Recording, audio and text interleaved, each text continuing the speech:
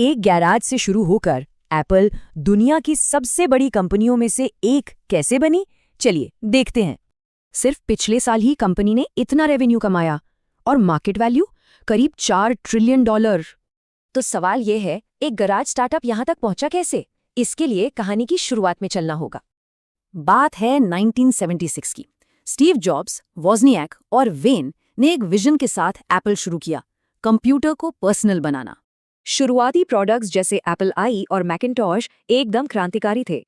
इन्होंने टेक्नोलॉजी को आम लोगों तक पहुंचा दिया। जॉब्स का लक्ष्य साफ था, लोगों को टेक्नोलॉजी पर वैसा ही कंट्रोल देना जैसा एक कार पर होता है। लेकिन पर्दे के पीछे मुश्किलें बढ़ रही थीं। मैक की सेल्स गिरी और एक पावर स्ट्रगल के बाद जॉब्स बाहर हो गए। ये साल था 1985 और अगले 10 सालों तक कंपनी उनके बिना अपनी राह भटकती रही। 1997 आते आते एप्पल दिवालिया होने की कगार पर था। अब एक बहुत बड़े कदम की जरूरत थी। और फिर हुआ एक बड़ा उलटफेर। जॉब्स अपनी ही कंपनी में लीडर बनकर वापस लौटे। ये एक असली टर्निंग पॉइंट था। उनकी वापसी के साथ एक नई सोच आई, जो इस मशहूर स्लोगन में झलकती है। एक नया दौर शुरू होने वाला था। जॉब्स ने आते ही एक सीधी साधी स्ट्रैटेजी अपनाई। प्रोडक्ट लाइन को सिंपल करो और डिजाइन पर फोकस करो। और इसका पहला नतीजा था 1998 का iMac। ये एक जबरदस्त हिट था और इसने बताया कि एप्पल इज बैक। इसके बाद तो क्रांतिकारी प्रोडक्ट्स की झड़ी लग गई। 2001 में आया iPod, जिसने म्यूजिक इंडस्ट्री को ही बदल दिया। और फिर आया वो डिवाइस जिसने सब कुछ बदल दिया, 2007 का iPhone। यहीं से स्मार्टफोन का दौर शुरू हुआ।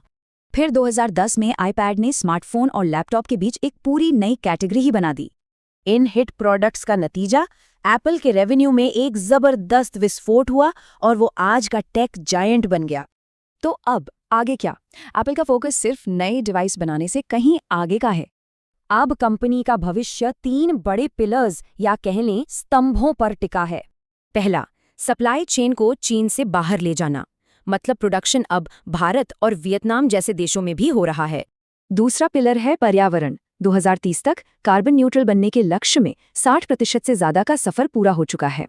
और तीसरा है AI। एप्पल इंटेलिजेंस को अब आईफोन से लेकर मैक तक सभी प्रोडक्ट्स में डाला जा रहा है। तो अब जब एप्पल अपनी 50वीं सालगिरह मना रहा है, सबसे बड़ा सवाल यही है, अगला थिंक डिफरेंट मोमेंट क्या होगा?